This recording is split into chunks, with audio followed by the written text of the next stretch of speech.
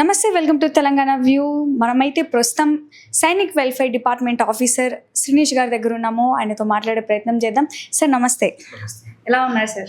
Fine. Yeah sir. So చూసుకుంటే India versus Pak యుద్ధం అసలు మామూలుగా జరగట్లేదు. సో దీనిపైన మీరేమనుకుంటున్నారు? ఫస్ట్ థింగ్ ఈ పాకిస్తాన్తోని మన ఇండియా యుద్ధం అనేటువంటిది ఎవరు కోరుకోలేదు. ముఖ్యంగా మన ఇండియా కూడా ఎప్పటికి కూడా ఒక యుద్ధాన్ని కోరుకోకుండా వాళ్ళ యొక్క ఓన్లీ ఉగ్రవాదుల యొక్క స్థావరాల మీదనే దాడి చేయడం లక్ష్యంగా చేసుకుంది. ఎక్కడా కూడా ఒక్క పౌరుని కూడా చంపడానికి ప్రయత్నం చేయలేదు. ఎక్కడ ఈవెన్ సైనికులు వాళ్ళ సైనిక స్థావరాల మీద కూడా ఎలాంటి బాంబింగ్ కానీ, ఎలాంటి దాడులు కానీ, ఎలాంటి మిసైల్స్ కానీ ప్రయోగించడానికి కూడా మన భారత సైనిక దళం అంగీకరించలేదు. ఓన్లీ ఉగ్రవాదులు ఎవరైతే ఈ ఒక్క మన దేశానికి కాదు ప్రపంచం మొత్తానికి కూడా వ్యతిరేకంగా వస్తున్నటువంటి ఆ ఉగ్రవాదాన్ని యొక్క కూకటి వేళ్లతో తీసేయడానికి మాత్రమే మన భారత సైనికులు ముందుకొచ్చి ఆ స్థావరాల మీద ఒక సర్జికల్ స్ట్రైక్ లాగా ఒక సింధూర్ అనేటువంటి ఒక ఆపరేషన్ సింధూర్ పేరుతోని చేయడం జరిగింది. అదేవిధంగా ఎప్పుడైతే వాళ్ళ రిటాలియేషన్ ఎట్లా వచ్చింది, మన బోర్డర్లో ఉన్నటువంటి పౌరుల మీద షెల్లింగ్స్, దాడులు చేయడం వల్ల మన వాళ్ళకు కూడా మన పౌరులు 8 మంది చనిపోయారు, సామాన్య పౌరులు. అలా పౌరులు చనిపోవడం వల్ల మనం కూడా వాళ్ళకి ఎదురుగా నిలవాలి అని చెప్పేసి కొన్ని రాత్రిపూట 7:30 నుంచి స్టార్ట్ చేస్తే మొత్తం కూడా వాళ్ళ యొక్క బాంబింగ్ చేయడము, వాళ్ళ కరాచీ మీద మన నేవీ వాళ్ళు కూడా దాన్ని కరాచీ పోర్ట్ని ధ్వంసం చేయడము, లేకపోతే వాళ్ళ యొక్క సైనిక స్థావరాలే ఎక్కడ కూడా వాళ్ళు మన పౌరుల్ని పట్టుబెట్టినప్పటికీ కూడా, మన పౌరుల్ని చంపినప్పటికీ కూడా మనం ఎక్కడ కూడా వాళ్ళ పౌర స్థావరాల మీద కానీ వాళ్ళ పట్టణాల్లో కానీ ఎక్కడా కూడా మనం దాడి చేయలేదు. ఓన్లీ వాళ్ళ సైనిక స్థావరాల మీద మాత్రమే దాడులు జరిగినాయి నిన్న రాత్రి అంతా కూడా. అదే జరుగుతూ ఉన్నది. సింధూర్ 2 పెడుతుంది. అప్పటికి కూడా రక్షణ శాఖ మంత్రి క్లియర్గా చెప్పాడు. ఏమనంటే సింధూర్ ఇంకా కొనసాగుతుంది, ఇది ఇంతటితోనే ఆగేది కాదు. ఎందుకు అంటే వాళ్ళ యొక్క ఉగ్రవాదుల యొక్క స్థావరాలని కూకటి వేళ్లతో పెకిలించి వేయాలి. అదే మన లక్ష్యం. అప్పుడే మన భారతదేశ పౌరులు కానీ అందరూ కూడా శాంతియుతంగా బతకడానికి అవకాశం ఉంటుంది. పాస్ట్లో కూడా చాలా చేసినా కానీ శాంతియుతంగానే వెళ్ళాలి అని చెప్పేసి ఒక నియమంతో ఉన్నారు. కానీ ఈసారి మాత్రం అసలు తగ్గేదే లేదని చెప్పేసి మోడీ గారు కూడా గట్టిగానే ప్లాన్ చేస్తున్నారు. సార్ మరి కొన్ని వీడియోస్ మనకి విజువల్స్ బయటకు వచ్చాయి. అవి చూస్తుంటే AI జనరేటెడ్ వీడియోస్ లెక్క కనిపిస్తుంది, అసలు ఒరిజినల్ వీడియోస్ లాగా లేదు. దీనిపైన మీరేమంటారు సార్? అంటే దాన్ని మనం ఎలా తీసుకోవచ్చు? ఇప్పుడు ఒకటి మనం గుర్తుపెట్టుకోవాల్సింది, భారత పౌరులు కానీ ప్రజలు కానీ మన ప్రజలంతా కూడా గుర్తుపెట్టుకోవాల్సింది ఏంటంటే, ఎప్పుడైతే రక్షణ శాఖ లేకపోతే ఫారిన్ అఫైర్ మినిస్ట్రీ నుంచి సెక్రటరీ గారు కానీ వాళ్ళు ప్రెస్ మీట్ పెట్టి మనకు కరెక్ట్ అయినటువంటి ఇన్ఫర్మేషన్ ఇస్తున్నారు. నిన్న సాయంత్రం 5 గంటలకు పెట్టారు, ఈరోజు సాయంత్రం మళ్ళీ 5:30 గంటలకు మళ్ళీ ప్రెస్ మీట్ పెడుతున్నారు, మొన్న మధ్యాహ్నం పెట్టారు. అదేవిధంగా వాళ్ళు ఇచ్చినవి మాత్రమే. ఎందుకనంటే ముందు రోజు ప్రెస్ మీట్ పెట్టినప్పుడు ఆ ఇద్దరు ఒక ఆర్మీ ఆఫీసరు, ఒక ఎయిర్ ఫోర్స్ ఆఫీసర్తో, ఒక లేడీ ఆఫీసర్స్తో పెట్టించి మొత్తం కూడా ఒక మిస్త్రీ గారు ఫారిన్ సెక్రటరీ ఆయన కూడా క్లియర్ కట్గా చెప్పాడు. కానీ అదే రోజు సాయంత్రం మళ్ళీ రక్షణ శాఖ మంత్రి కూడా రాజ్నాథ్ సింగ్ గారు ప్రెస్ మీట్ పెట్టి ఏమని చెప్పారు, 100 మంది టెర్రరిస్టులు మేము చంపాము. అలాంటి ఇన్ఫర్మేషన్ మనం క్రెడిబుల్ ఇన్ఫర్మేషన్గా తీసుకోవాల్సిన అవసరం ఉంటుంది. అంతే తప్ప ఈ AI జనరేటర్తో వచ్చి నిన్న సాయంత్రం 5:30కు వచ్చేసి మేము ఇంతమందిని ఇన్ని బాంబులు వేసాము, ఇంతమంది చనిపోయారు, ఇంతమంది గాయపడ్డారు, మేము ఈ మిసైల్స్ వాడాము అని చెప్పడం జరిగింది. అంటే అలాంటి ఇన్ఫర్మేషనే మనం క్రెడిబుల్ ఇన్ఫర్మేషన్గా తీసుకోవాలి తప్ప ఏదో సోషల్ మీడియాలో రకరకాలైనటువంటి ప్రచారాలు జరుగుతున్నాయి.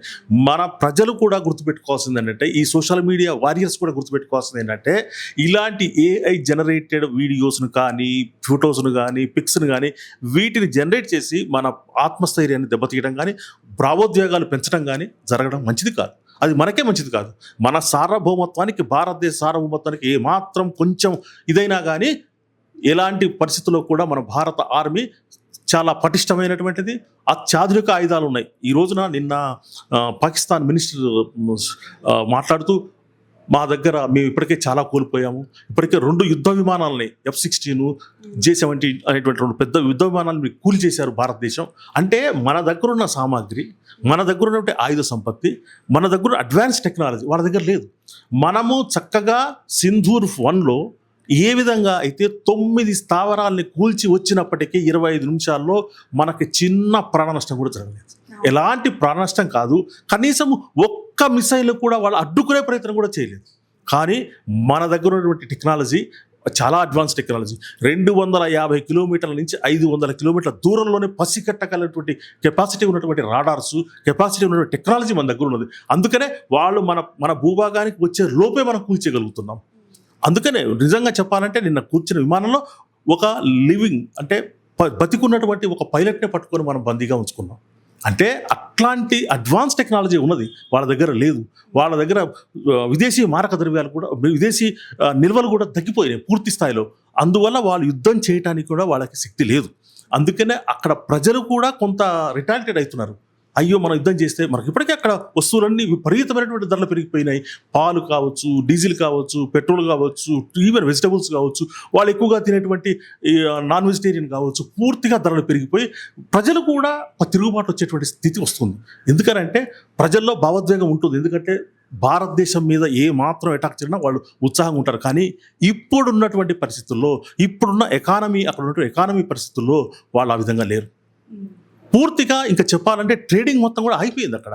నిన్ననే మొత్తం ట్రేడింగ్ కూడా పూర్తి లాస్లో జరిగిపోయి చివరికి ట్రేడింగ్ ఆపుకోవాల్సిన పరిస్థితి ఏర్పడింది. మన దగ్గర జరగట్లేదు. మన ట్రేడింగ్ పెరుగుతుంది, మన ఇండెక్స్ పెరుగుతుంది. That is the difference between భారతదేశానికి పాకిస్తాన్ కూడా తేడా అది. అయినా కానీ వాళ్ళు అసలు తగ్గేదే లేదని చెప్పి ఇప్పుడు మోడీజీని కూడా మేము లేపేస్తామని మసూద్ అజర్ ఆయన కూడా నిన్న కమెంట్స్ చేయడం జరిగింది. ఎప్పటికైనా సరే ఇండియాని, మోదీని అసలు వదిలిపెట్టేదే లేదని అంటున్నారు. అసలు జరిగిద్ది అంటారా వాళ్ళకి ఎంత జరుగుతున్నా కానీ అక్కడ? ఉదాహరణకి అజర్ మహమ్మద్ ఆయన ఫ్యామిలీలోనే 14 మంది చనిపోయారు. ఎంత నిరాశతో ఆయన మాట్లాడాడు ఒకసారి మీరు గమనిస్తే తెలుస్తుంది.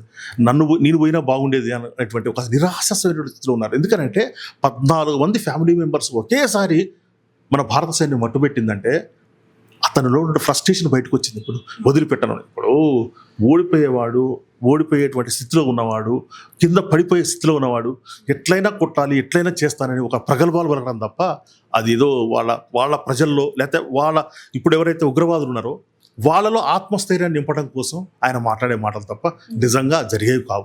వాళ్ళ ఉగ్రవాదులు, వాళ్ళటువంటి ఆయన అనుచరులందరూ కూడా ఒక్కసారిగా ఎక్కడ ఇదైపోతారో, ఎక్కడ వెనక తిరుగుతారో, ఎక్కడ వెనుచూపుతారో అనే ఒక ఉద్దేశంతోనే వాళ్ళలో ఆత్మస్థైర్యం నింపడానికి, పాకిస్తాన్ ప్రజల్లో ఆత్మస్థైర్యం నింపడానికి, ఆర్మీలో ఆత్మస్థైర్యం నింపడానికి మాత్రమే అతను మాటలు తప్ప ఒరిజినల్గా లేవు. ఎందుకంటే ఒక్క రోజు ముందు చూస్తే అతను మాట్లాడిన మాటలు, అతని ఫ్యామిలీలో 13 నుంచి 14 మంది చనిపోతే నేను కూడా పోతే బాగుండే అనే మాటలకి ఈ రోజు మాటలకి చాలా తేడా ఉంది. అంత ఈజీగా ఆయన అనుకున్నంత ఈజీగా లేదు. ఎందుకు అనంటే భారత సైన్యము, భారత రక్షణ దళాలు విపరీతమైనటువంటి ఒక ఆత్మస్థైర్యంతో ముందుకెళ్తున్నాయి. ఎందుకు అనంటే భారత ప్రజలందరూ కూడా సంఘీభావం తెలిపారు. నిన్న ఈవెన్ ఆ ప్రభుత్వము, వేరే ప్రభుత్వం ఉన్నప్పటికీ కూడా ఇక్కడ మన హానరబుల్ సీఎం గారు ర్యాలీ చేసి మీకు సంఘీభావంగా ఉంటాం సైనికుల కోసమని సైనికులు వెనకబెట్టుకొని ర్యాలీ చేయడం అనేటువంటిది చాలా అద్భుతమైనది. నిజంగా మన సీఎం గారికి హ్యాట్స్ ఆఫ్ చెప్పాలి. ఎందుకు అనంటే సైనికులకి ఇంత మేము సంఘీభావం తెలుపుతాము. ఎందుకంటే నేను ఒక ప్రాంతీయ సైనిక సంక్షేమ అధికారిగా చెప్తున్నాను. సైనికులకు ఏ విధమైనటువంటి సహాయం చేయడానికి కూడా ప్రభుత్వం ముందుంటుంది. మేమందరం కూడా ఎప్పుడు మేము సహాయం చేయడానికి కూడా సైనికులు ఒకసారి రిటైర్ అయిన తర్వాత వాళ్ళ కోసం మేము సహాయం చేస్తుంటాం. వాళ్ళకి కావాల్సినటువంటి అనేక రకాలైనటువంటి, వాళ్ళకి లిబరలైజ్డ్ ఫ్యామిలీ పెన్షన్ వస్తుంది, హౌస్ ఫ్లాట్ వస్తుంది, ఎక్స్గ్రేషియా వస్తుంది, అనేక ఎంప్లాయ్మెంట్లో జాబ్ వస్తుంది. ఇలాంటి అన్నీ కూడా వాళ్ళ చూడటానికి మేము సైనిక సంక్షేమాధికారిగా ముందుంటాం. ఓకే సార్, ఇప్పుడు మరి బై మిస్టేక్లో కనుక ఈ యుద్ధంలో ఎవరైతే సైనిక్స్ చనిపోయి ఉంటారో సో వాళ్ళకి ఎలాంటి వాళ్ళ ఫ్యామిలీకి కానీ ఎలా చెప్తారు, ఎలా ఇంటిమేట్ చేస్తారు, అండ్ వాళ్ళు చనిపోయిన తర్వాత కూడా వాళ్ళకి ఏమేమి అందుతాయి? డెఫినెట్గా ఇది వ్యాలిడ్ పాయింట్. ఎందుకనంటే ఒకసారి సైనికుడు యుద్ధంలో గాయపడ్డా, యుద్ధంలో చనిపోయినా వారికి అనేక రకాలైన ప్రయోజనాలు ఉన్నాయి. ముఖ్యంగా వాళ్ళకి పూర్తి స్థాయిలో అధికార లాంఛనాలతో వాళ్ళ ఇంటి వరకు వెళ్ళి అధికార లాంఛనాలతో వాళ్ళ యొక్క ఫోన్లు చేయడం జరుగుతుంది. 2, వాళ్ళకి ఒక హౌస్ ప్లాట్ ఇవ్వడం జరుగుతుంది, వాళ్ళకి ఎక్స్గ్రేషియా ఇవ్వడం జరుగుతుంది. సెంట్రల్ గవర్నమెంట్ నుంచి ఇచ్చేటువంటి ఎక్స్గ్రేషియా కాకుండా మేము అంటే స్టేట్ గవర్నమెంట్ తరపు నుంచి కూడా కొంత ఎక్స్గ్రేషియా ఇస్తాం. 5 లక్షల నుంచి 50 లక్షల వరకు ఆ పరిస్థితులను బట్టి ఇవ్వడం జరుగుతుంది. అదేవిధంగా వాళ్ళకి ఒక కంపాషన్ అపాయింట్మెంట్, గవర్నమెంట్లో ఉద్యోగం, వాళ్ళ ఎవరైతే నెక్స్ట్ ఆఫ్ కిన్ ఉంటారో వాళ్ళకి ఒక ఉద్యోగం ఇవ్వడం జరుగుతుంది. వాళ్ళ పూర్తి స్థాయిలో ఆదుకోవడం జరుగుతుంది. ఏ చిన్న విషయాన్ని కూడా వాళ్ళ ఇంట్లో ప్రతి ఒక్కటి కూడా వాళ్ళ పిల్లలకి రిజర్వేషన్ ఇస్తాం. టాప్ ప్రియారిటీలో రిజర్వేషన్ వస్తుంది. అనేక రకాలైన ప్రయోజనాలు ఉన్నాయి వాళ్ళకి. వాళ్ళ పిల్లలు పూర్తిగా చదువు పూర్తయ్యే వరకు వాళ్ళ యొక్క మొత్తం ఎడ్యుకేషన్ ఫీజుని రియంబర్స్మెంట్ చేసుకోవచ్చు టోటల్ ఫీజుని, including tuition fee, exam fee or bus fee, whatever it may be, ఎంత పెడితే అంత మొత్తం కూడా తిరిగిస్తారు. అంటే వాళ్ళకి అన్ని రకాల ఫెసిలిటీస్ ఉంటాయి. ఎందుకంటే అతను త్యాగం మరవలేనిది. అతను యుద్ధంలో శత్రువుని బుల్లెట్తో చనిపోయినటువంటి వ్యక్తి. అతనికి మనం ఎంత రెస్పెక్ట్ ఇవ్వాలి అని అంటే సమాజంలో కూడా మంచి రెస్పెక్ట్ దొరుకుతుంది. వాళ్ళకి కనీసం నేను ఉద్యోగం చేయలేను అంటే ఒక పెట్రోల్ బంక్ కానీ గ్యాస్ ఏజెన్సీ కానీ ఇవ్వడం జరుగుతుంది. ఇప్పుడు అనేక మంది ఇక్కడ మన హైదరాబాద్లో విడోస్ అనేక మందికి ఇవ్వడం జరిగింది. వాళ్ళందరూ కూడా చాలా హ్యాపీగా బతుకుతున్నారు. ఎందుకు అని అంటే అతను ఒక దేశం కోసం త్యాగం తీసిన వ్యక్తి. వాళ్ళకి మనము ఎంత ఇచ్చినా తక్కువే. ప్రజలు కూడా ఒకానొక సందర్భాల్లో కార్గిల్ యుద్ధంలో ఉన్నప్పుడు కూడా నేను చూశాను. కార్గిల్ యుద్ధం జరిగేటప్పుడు ఇక్కడికి వచ్చినటువంటి ఆ డెడ్ బాడీస్ని ఒక 100 మీటర్లు కాదు, 1 కిలోమీటర్ 2 కిలోమీటర్ల దూరం కూడా వాళ్ళని అధికార లాంఛనాలతో ప్రజలందరూ ఏకమై రావడం జరిగింది. అంటే ప్రజల్లో భావోద్వేగం ఉంది, ప్రజల్లో ఒక రకమైనటువంటి కసి ఉంది, పాకిస్తాన్ వాళ్ళు మనని పుడతారా అని. అలాంటి సందర్భాల్లో వచ్చినటువంటి ఈ సైనికుడు చనిపోయి వస్తే డెఫినెట్గా వాళ్ళకి పూర్తి స్థాయిలో అండదండలు అందిస్తుంది. అదేవిధంగా రాష్ట్ర ప్రభుత్వం కూడా పూర్తి స్థాయిలో అండదండలు అందిస్తుంది. దాంట్లో వెనకనిగే లేదు. సార్ ఇప్పుడు చూసుకుంటే పాకిస్తానీ స్టూడెంట్స్ కూడా తర్వాత ఒకప్పుడు వాళ్ళ టైంలో పాస్ట్లో పాకిస్తాన్ నుంచి ఎవరైతే మరి ఇమిగ్రేషన్ ద్వారా వచ్చి ఇక్కడ ఉండిపోయిన ఫ్యామిలీస్ కూడా ఉన్నాయి. మరి వాళ్ళ పరిస్థితి ఏంటంటారు? ఇంత యుద్ధ వాతావరణం నెలకొంది కాబట్టి. ఇప్పుడు మన దగ్గర మన ప్రభుత్వాలు ఎప్పుడు కూడా ఇండివిజువల్గా ఎవరిని ఇబ్బంది పెట్టదు. వాళ్ళు వస్తుంటారు, పోతుంటారు. వాళ్ళు ఇక్కడ కొంతమంది కూడా పాకిస్తాన్ వాళ్ళ ఫ్రెండ్స్ ఉంటారు కూడా మాట్లాడుకుంటారు. కానీ ఎప్పుడైతే మన దేశానికి లేకపోతే మన సార్వభౌమత్వానికి లేకపోతే ఇక్కడ ఉండే ప్రజలకు ఇబ్బందులు కలిగిస్తారో వాళ్ళ మీదనే మన దృష్టి. ఇప్పటికి కూడా మన దేశం ఏముంటుంది, మన రక్షణ దళాలు ఏముంటున్నాయి, ఓన్లీ మేము అక్కడ ఉన్నట్టు ఉగ్రవాదాన్ని అణచడానికి, ఉగ్రవాదాన్ని నిర్మూలించడానికి, అది మా దేశానికే కాదు ప్రపంచానికే అది చాలా చెడ్డ. కాబట్టి అలాంటి వాళ్ళని మాత్రమే నిర్మూలించడానికి ఉన్నాం. కానీ ఆ దేశ ప్రజలు ఇక్కడ ఉండొచ్చు, వాళ్ళు హ్యాపీగా ఉండొచ్చు, వాళ్ళకేమి ఇబ్బందులు పెట్టరు. ఎందుకు అని అంటే అనేక మంది ఉంటారు. కానీ వాళ్ళు ఇక్కడ ఉండి రహస్య సమాచారం ఇవ్వడము, లేకపోతే ఇక్కడ ఉండి వాళ్ళకి రకరకాలైనటువంటి ఇబ్బందులు పెట్టడం జరిగినప్పుడు మాత్రమే అలాంటి వారి మీద మాత్రమే చర్యలు ఉంటాయి. అంతే తప్ప సామాన్య ప్రజలకి ఎలాంటి ఇబ్బందులు, మన ప్రభుత్వాలు చాలా సహృదయంతో ఆలోచిస్తాయి ప్రతి ఒక్క విషయంలో కూడా. ఎందుకు అనంటే ఆ విషయాలు ఆ విధంగా ఆలోచించబట్టే ప్రజలు హ్యాపీగా బతుకుతున్నారు. అంతేగాని మనము ఏదో మైనారిటీ అనో ఇంపీచ్మెంట్ అట్లాంటివి ఉండవు. ఇక్కడ ప్రభుత్వానికి ఒకటే ఉంటుంది, మనకి అన్యాయం చేయకూడదు, మన సార్వభౌమత్వానికి ఇబ్బంది పెట్టకూడదు, ఇక్కడ అసాంఘిక కార్యక్రమాలు చేయకూడదు, అంతవరకే వాళ్ళు. అలాంటి వారి మీద ఇప్పుడు సైనికులు అంత రెచ్చగొట్టి వాళ్ళే ఈ యొక్క ఉగ్రవాద స్థావరాలకి మూలకారకులై వాళ్ళే ట్రైనింగ్ ఇస్తున్నప్పటికీ కూడా సైనికులు మనం ఏమంటారులే ఈ ఉగ్రవాదులు లేపేస్తున్నాం, ఉగ్రవాద స్థావరాల మీద మనం దాడులు చేస్తున్నాం అంటే మన ప్రభుత్వం ఎంత నిజాయితీతో ఉంటుందో మీకు అర్థం చేసుకోండి.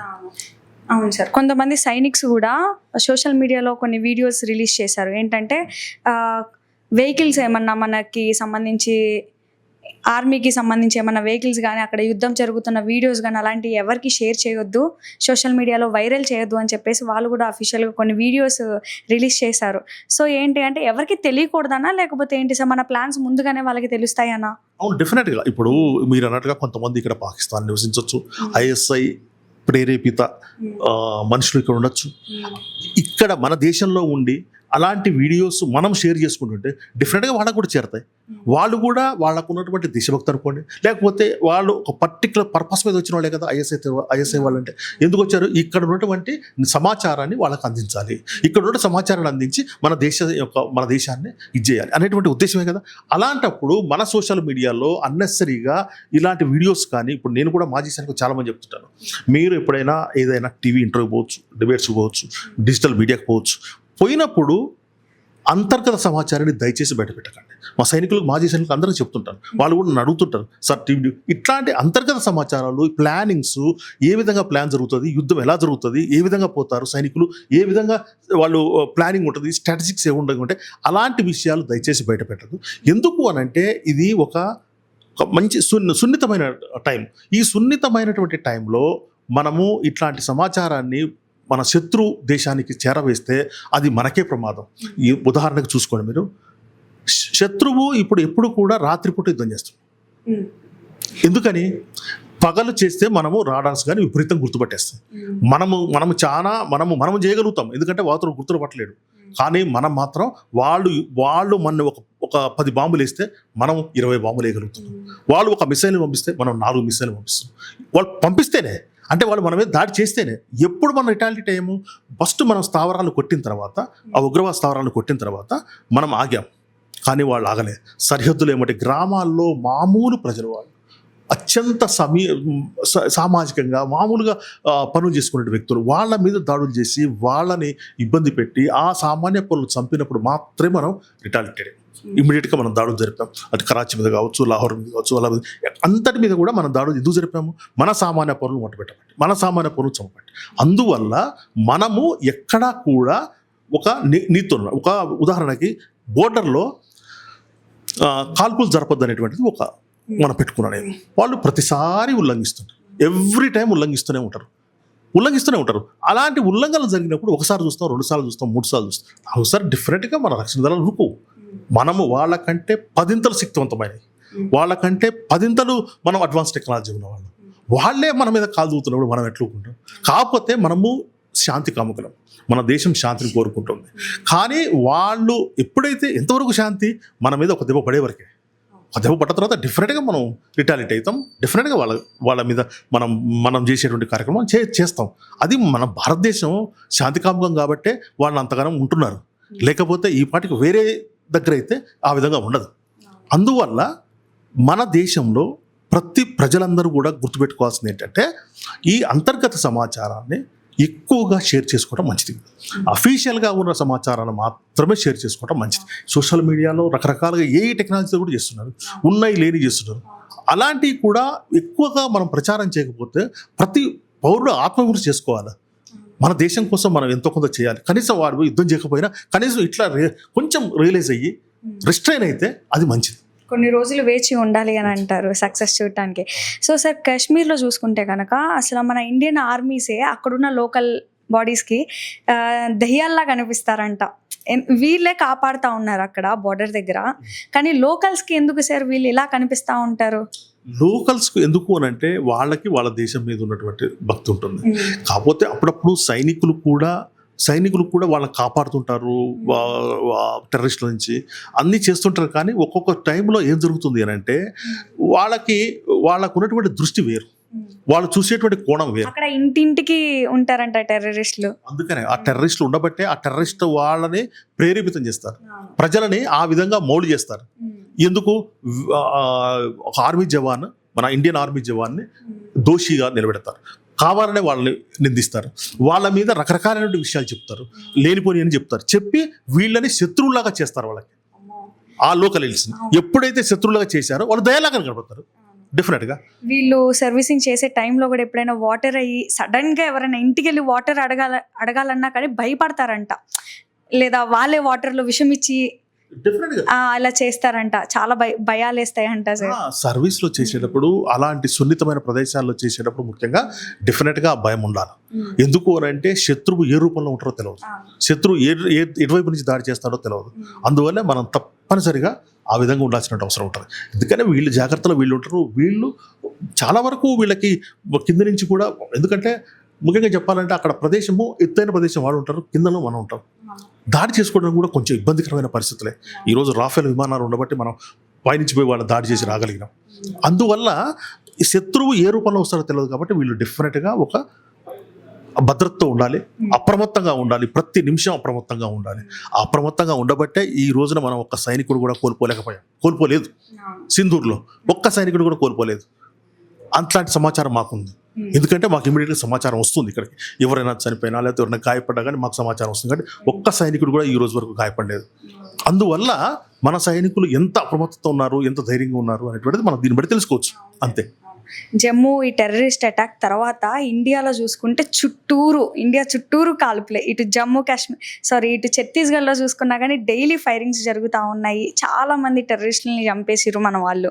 ఎట్లా అనిపిస్తుంది సార్? ఇంకొక చిన్న విషయం సార్, ఏదైతే ఈ అటాక్ జరిగినప్పుడు 28 మెంబర్స్ చనిపోయారు. ఆ టైంలో చాలా మంది ఏమంటున్నారంటే, మన ఇండియాకి ఎక్కువగా ఆర్మీ రిక్రూటింగ్ లేదు, చాలా మంది ఆర్మీ వాళ్ళని తీసుకోలేదు, ఆర్మీలోకి చాలా పర్సన్స్ని తీసుకోలేదు, చాలా తక్కువ మంది ఉన్నారు కాబట్టి ఇలాంటి యుద్ధాలు మనం చేయలేకపోతున్నాం అని చాలా మంది కమెంట్స్ పెడతా ఉన్నారు సార్.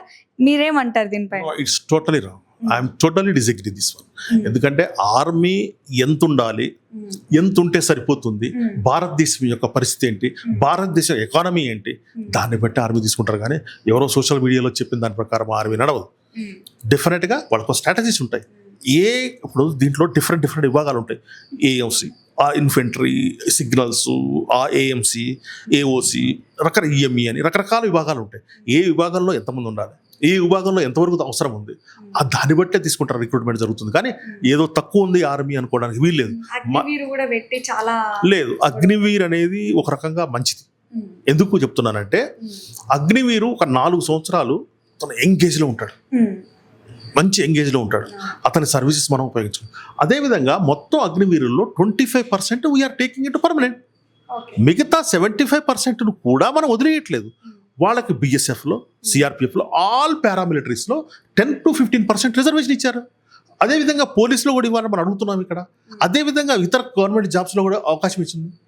ఒక 4 సంవత్సరాలు కొన్ని దేశాల్లో 2 సంవత్సరాలు కంపల్సరీ ట్రైనింగ్ ఉండాలి అని అంటారు. ఇది ఆర్మీ ట్రైనింగ్ ఉండాలి, ఆర్మీలో పోయి రావాలి అని కొన్ని దేశాల్లో పెట్టుకున్నారు రిస్ట్రిక్షన్స్. మన దగ్గర అది లేదు. కానీ ఈ 4 సంవత్సరాలు చేసినటువంటి ఒక 1000 మంది పోతే 250 పర్మనెంట్ అయిపోతారు. 750 మంది మంచి డిసిప్లిన్తో బయటపడుతారు. వాళ్ళకి చక్కటి ప్యాకేజ్ ఇచ్చారు. వాళ్ళు బయటకు వచ్చేటప్పుడు 15 నుంచి 18 లక్షల దాకా ఇస్తున్నారు. ఇవన్నీ కూడా వాళ్ళకి బయటకు వచ్చిన తర్వాత ఒక డిసిప్లైన్డ్ మేనర్లో బతకడానికి అవకాశం ఉంటుంది. అంటే ఒక 1000 మంది ఆర్మీలోకి పోతే ఆర్మీలో ఉంటారు. ఇప్పుడు అట్లా కాదుగా, 4000 మంది పోతే 1000 మంది ఆర్మీలోకి వెళ్ళిపోతే 3000 మంది బయట సమాజంలో, పౌర సమాజంలో ఉంటారు. వాళ్ళకి ఎంత దేశభక్తి ఉంటుంది, వాళ్ళకి ఎంత ప్యాట్రియాటిజం ఉంటుంది, వాళ్ళకి ఎంత డిసిప్లినరీ ఉంటుంది, ఎంత డిసిప్లిన్గా బతకగలుగుతారు, ఎంతమంది ప్రజలు, ఆ 3000 మంది ఎంతమంది ప్రజలను ప్రభావం చేస్తారు. కాబట్టి మనము దాన్ని ఒక కోణంలో చూస్తున్నాం.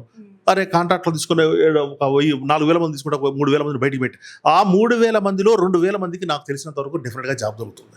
ఎందుకు అని అంటే వాళ్ళకి ఆ 2000 మంది కూడా కాదు, ఇంకా 3000 మంది దొరికినా ఆశ్చర్యం లేదు. ఎందుకంటే అన్ని పారామీటర్లో 10 to 15% అగ్రివీర్ రిజర్వేషన్ ఇచ్చారు. అదేవిధంగా ప్రతి స్టేట్ గవర్నమెంట్ని కోరారు, మీ దాంట్లో కూడా రిజర్వేషన్ అండి. యూనిఫామ్ ఫోర్సులు, ఫారెస్ట్ డిపార్ట్మెంట్ కావచ్చు, పోలీస్ డిపార్ట్మెంట్ కావచ్చు, జైలర్స్ కావచ్చు, రకరకాల యూనిఫామ్ ఉన్నాయి. ఎందుకంటే వీళ్ళు ట్రైన్డ్ పీపుల్, 4 సంవత్సరాలు కఠోరమైనటువంటి శిక్షణ తీసుకొచ్చినటువంటి వాళ్ళు. వీళ్ళు మామూలుగా చిన్న ట్రైనింగ్ చేసిన వాళ్ళు కాదు, కఠోరమైన శిక్షణ తీసుకున్నటువంటి వచ్చిన వాళ్ళు. వీళ్ళకి ఎక్కడైనా డైరెక్ట్గా ఫిట్ అయిపోతారు. అలాంటి ట్రైనింగ్ తీసుకొచ్చిన పొద్దున పోలీసులో ఎస్ఐలు కానీ, ఎస్సీ కానిస్టేబుల్ కానీ ఇమ్మీడియట్గా సెలెక్ట్ అయిపోతారు. అదేవిధంగా వాళ్ళు సెలెక్ట్ కాకపోయినప్పటికీ కూడా, వాళ్ళు వ్యాపారం పెట్టుకున్నప్పటికీ కూడా, బిజినెస్ చేసుకున్నప్పటికీ కూడా వాళ్ళ డిసిప్లైన్ దీనికి ఉపయోగపడుతుంది. ఈ 4 సంవత్సరాల శిక్షణ వీళ్ళకి ఉపయోగపడుతుంది. మేము ఎంత కఠినంగా ఉండాలి, ఎట్లా ఉండాలి, వాళ్ళ ఆరోగ్యం మీద ప్రభావం పడుతుంది, వాళ్ళ బిజినెస్ మీద ప్రభావం పడుతుంది, అన్నిటి మీద కూడా ఆ ప్రభావం ఉంటుంది. డెఫినెట్గా వాళ్ళు హ్యాపీగా ఉంటారు. అదే ఇప్పుడు ఇంతకు ముందు అయితే ఒక 1000 మంది ఆర్మీలో పోతారు, మళ్ళీ 15-20 సంవత్సరాలతో బయటకు వస్తారు. కానీ సమాజాన్ని గురించి, సమాజం కోసం చేసి ఈ 3000 మంది బయటకు వస్తున్నారు కదా, ఈ 3000 మంది ప్రజల మీద ప్రభావం చూపిస్తారు. కనీసం ఒక్కొక్కళ్ళు 2 మీదనో 3 మీదనో డిసిప్లిన్ ఉండాలి, ఈ విధంగా ఉండాలి, ప్యాట్రియాటిజం గురించి కానీ చెప్పగలుగుతారు. అప్పుడు అందువల్లనే అగ్నివీర్ అనేది అంత కొట్టేసేటువంటి ఇది కాదు. స్కీమ్ చాలా ఆలోచించి, చాలా మంచి ఉద్దేశంతో పెట్టిన స్కీమ్. సార్ ఫైనల్గా మీ వర్షన్లో సింధూర్ 2.0 మీ వర్షన్లో చెప్పండి సార్. 2.0 అనేది ఆపరేషన్ సింధూర్ విషయంలో ఇది కొనసాగించాల్సిందే అనేటువంటిది నా అభిప్రాయం. ఎందుకు అని అంటే వాళ్ళు రిటాలియేషను అవుతుంది, సామాన్య పౌరుల మీద అవుతున్నటువంటి సందర్భంలో మనము తప్పనిసరిగా వాళ్ళకి రుచి చూపించాలి. ఇప్పటికే 75% రుచి చూపించడం నేను అనుకుంటున్నాను, కానీ ఇంకా 25% ఉంది, పూర్తి కాలే. ఈ 25% కూడా రుచి చూపిస్తే అక్కడ ఉన్నటువంటి ఉగ్రవాద స్థావరాన్ని తీసివేస్తే, సమూలంగా తీసివేస్తేనే అప్పుడే దారికి వస్తారు వాళ్ళు. అదేవిధంగా పాకిస్తాను అనేటువంటిది ఒక చిన్న దేశం. అంత చిన్న దేశాన్ని కొట్టడం దెబ్బ కొట్టడం పెద్ద విషయం కాదు. కానీ మన దగ్గర ఉన్నటువంటి విదేశాంగ శాఖ కానీ అందరూ కూడా ఇతర దేశాలని ఐక్యరాజ్య సమితిలోనే కాకుండా ఇతర దేశాల మొత్తం ఐక్యరాజ్య సమితిలో పోటు ఇతర దేశాలందరూ ఒప్పిస్తుంది. ఇప్పుడు వాళ్ళకి ఎంతో అనుకూలంగా ఉన్నటువంటి చైనా దేశం కూడా వాళ్ళకి సపోర్ట్ ఇచ్చే పరిస్థితులు లేదు ఈ రోజున. ఎందుకు అని అంటే ఆ ఉగ్రవాదాన్ని వీళ్ళు చెప్తున్నారు అంటే మన విదేశాంగ శాఖ, మన ఫారెన్ అఫైర్స్ మినిస్టర్ కానీ, సెక్రటరీస్ కానీ ఆ విధంగా నడుపుతున్నారు, అందరితో మాట్లాడుతున్నారు, ప్రతి విషయం మాట్లాడుతున్నారు. పూర్తి స్థాయిలో మొత్తం ఎందుకు వస్తుంది? మనకున్నటువంటి కెపాసిటీ, మనము నీతితో నిజాయితీతో చేస్తున్నాం. ఒక మంచి ఉద్దేశంతో చేస్తున్నాం. ఇది మాకే కాదు ఇతర దేశాలకు కూడా ముప్పే అనే ఉద్దేశంతో చేస్తున్నాం. అందువల్ల ఇతర దేశాలతో అది చేస్తే సరిపోదు, న్యాయం జరిగితే సరిపోదు, న్యాయం జరిగినట్టు కనిపించాలి. అందరితోనూ మాట్లాడుతున్నాం, ఇగో ఇది మేము చేస్తున్నాం, ఇది మేము చేస్తున్నాం, ఇగో వాళ్ళు ఇది చేశారు, మేము ఇది చేస్తున్నాం, ఇది కారణం, ఇది కారణం అని చెప్పేసి వాళ్ళకి మొత్తం కూడా చెప్తూ వస్తూ వాళ్ళు ఒప్పిస్తున్నారు, మెప్పిస్తున్నారు. అందుకనే ఈ రోజు వరకు కూడా ఐక్యరాజ్య సమితి జోక్యం చేసుకోలేదు. ఇతర వాళ్ళకి అనుకూలంగా ఉన్న దేశాలు కూడా జోక్యం చేసుకోలేదు. అందువల్ల వాళ్ళు ఇంకా వాళ్ళకి అర్థమైపోతుంది మనము ఒంటరి వాళ్ళం అయిపోతున్నామని. అసలు వాళ్ళు తగ్గట్లేదు కదా సార్ ఎక్కడ. ఒక స్టేజ్లో తగ్గుతారు డెఫినెట్గా. తగ్గకపోతే వాళ్ళ నాశనం వాళ్ళు కోరుకున్నట్టే. సింపుల్. ఇప్పుడు ఎంతవరకు ఒక లెవెల్ వరకు ఉంటుంది, లెవెల్ దాటితే మనం కూడా వేసేసి. ఇప్పుడు నిన్న ఎంతవరకు స్థావరాన్ని కొట్టి వచ్చి కూర్చున్నాం, 12 గంటలు 24 గంటలు మనం ఏం మాట్లాడకపోతే వాళ్ళు ఏం చేశారు, మన సామాన్య పౌరుల మీద, ఆ లోకలైట్స్ మీద, ఆ లోకల్లో ఉన్నటువంటి గ్రామాల మీద, చిన్న గ్రామాల మీద షెల్లింగ్స్, బాంబులు అవి ఇవి ఇవ్వడం, కాల్చడం ఇవి చేశారు. ఎప్పుడైతే జరిగిందో మనం ఊరుకున్నామా, మనం వేసాం. వాళ్ళు రిటాలియేషన్ ఎట్లుంటుందో ఇప్పుడు చూడాలి. సింధూర్ టు దానికే నడిపిస్తుంది. కాశ్మీర్ నిన్న ఎయిర్పోర్ట్ లో కూడా వేయడానికి ట్రై చేశారు, వేలే మన వాళ్ళు అడ్డుకున్నారు. మనము అదే చెప్తున్నాం, మనకున్న టెక్నాలజీలో వాళ్ళ బాంబుల్ని 200 కిలోమీటర్ల నుంచి 500 కిలోమీటర్ల దూరంలోనే కనుక్కోగలుగుతున్నాం. బాంబు అక్కడ వస్తుంది, ఎక్కడి నుంచి ఆరిజిన్ కూడా కనుక్కుంటున్నాం. ఆ ఆరిజిన్ కనుక్కున్న తర్వాత ఏ దిశలో వస్తుందో కనుక్కుంటున్నాం. ఆ దిశలో ఎక్కడ మనం ఏ స్పీడ్తోని ఎంతవరకు పోతే దాన్ని కొట్టగలమో తెలుసుకున్న తర్వాతనే ఆ విధంగా కొట్టుతున్నాం. కాబట్టి వాళ్ళ డ్రోన్లు 50 డ్రోన్లు మనం పడగొట్టాము, 2 యుద్ధ విమానాలు పడగొట్టాము, అనేక రకాలుగా వాళ్ళ మీద బాంబులు వేసాము. కానీ మన పోయినటువంటి బాంబుల్ని కానీ మన మిసైల్స్ కానీ వాళ్ళు కనుక్కోలేకపోతున్నారు. వాళ్ళ దగ్గర అంత టెక్నాలజీ లేదు. దీన్ని బట్టి వాళ్ళు అర్థం చేసుకోవాలి. అందుకనే అక్కడ ప్రజల్లో కూడా ఒక రకమైనటువంటి ఇది వస్తుంది. ఎందుకంటే అయ్యో మనం నష్టపోతున్నాము అనే ఒక భావన ఏర్పడుతుంది. అందుకని ఈరోజు ఇమ్రాన్ ఖాన్ కావాలని చెప్పేసి వాళ్ళు ఒక ర్యాలీ తీయడము, యూత్ అంతా ర్యాలీ తీయడం ఇవన్నీ జరుగుతున్నాయి.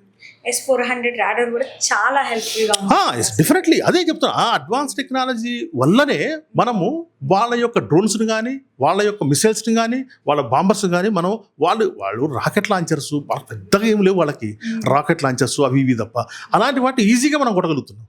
అవి మన ఆస్తికి కానీ, మన ప్రాణానికి, మన ప్రజల ప్రాణానికి కానీ నష్టం లేకుండా మనం ముందే పసిగట్టి కొట్టగలుగుతున్నాం. వాళ్ళు మన దగ్గరికి వచ్చే లోపే కొట్టగలుగుతున్నాం. ఒకటి చెప్పారా, వాళ్ళది ఒక మిసైలు మన బోర్డర్లోకి రాకముందే కింద పడిపోయింది.